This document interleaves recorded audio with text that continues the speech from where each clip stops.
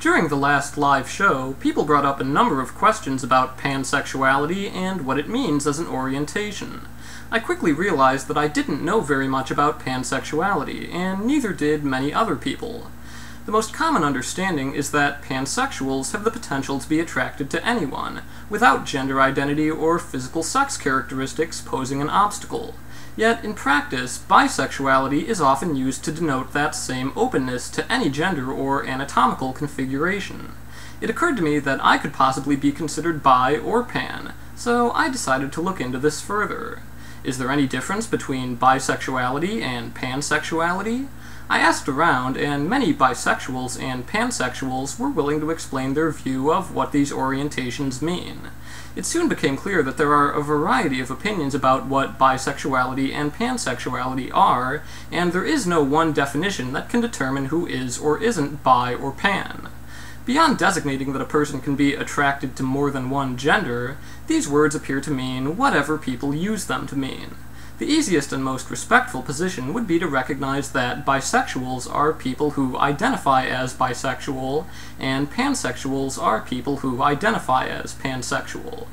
As such, I won't attempt to make any definitive statements about what bisexuality or pansexuality actually are. Instead, I'll simply go over some of the major themes in the responses I received. One of the most common explanations was that pansexuality encompasses attraction to non-binary genders beyond men and women, including people of other genders, fluctuating gender, more than one gender, or no gender at all. They're willing to consider bigender, third gender, or agender people as potential partners, in addition to binary identified men and women. In contrast, bisexuality was perceived as implying attraction to men and women only, as suggested by the bi prefix. While some bisexuals said they identify as bi because they're only interested in binary identified men and women, others said that their attractions are actually a great deal broader than that, overlapping with this definition of pansexuality. Some claim that they identify as bi for the sake of convenience, since fewer people understand what it means to be pansexual. Another widespread view was that pansexuality is a kind of body blindness, focusing on attraction based on emotion and personality, while disregarding physical sex characteristics. This was commonly phrased as loving someone for who they are rather than what they are. Some people characterize bisexuality as being based on physical attraction, whereas pansexuality is not. However, other pansexuals made it clear that someone's physical sex, gender, and gender expression are indeed a significant part of what makes them attractive.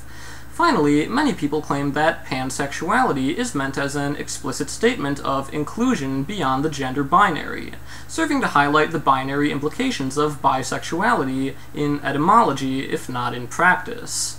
One person suggested that while bisexuality focuses on sexual identity, pansexuality is focused on the acceptance of gender identities.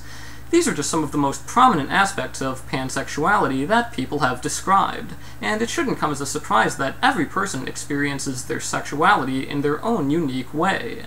Even the same label won't have the exact same meaning for everyone.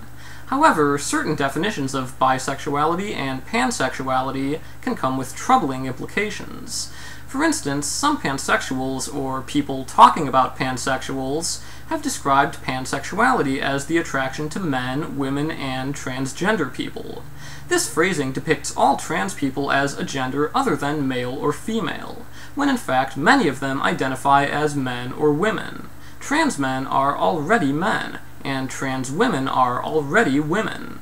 It also suggests that bisexuality or other sexualities do not include binary identified trans people. This is incorrect because bisexuality, homosexuality, and heterosexuality do not specify the exclusion of trans people as potential partners.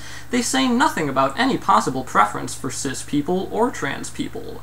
It's not as though straight people cease to be straight if they're open to having a partner who's trans, except in the minds of homophobes and transphobes. If anything, this seems to be either an artifact of ignorance or a poor choice of words, and given their awareness of diverse gender identities, most pansexuals probably don't mean to imply that trans people are a completely separate gender. All in all, the meanings of bisexuality and pansexuality are still in flux, and they may never be corralled into a single definition. There will most likely always be details and exceptions and individual understandings. Ultimately, bisexuality and pansexuality are as diverse as bisexuals and pansexuals themselves.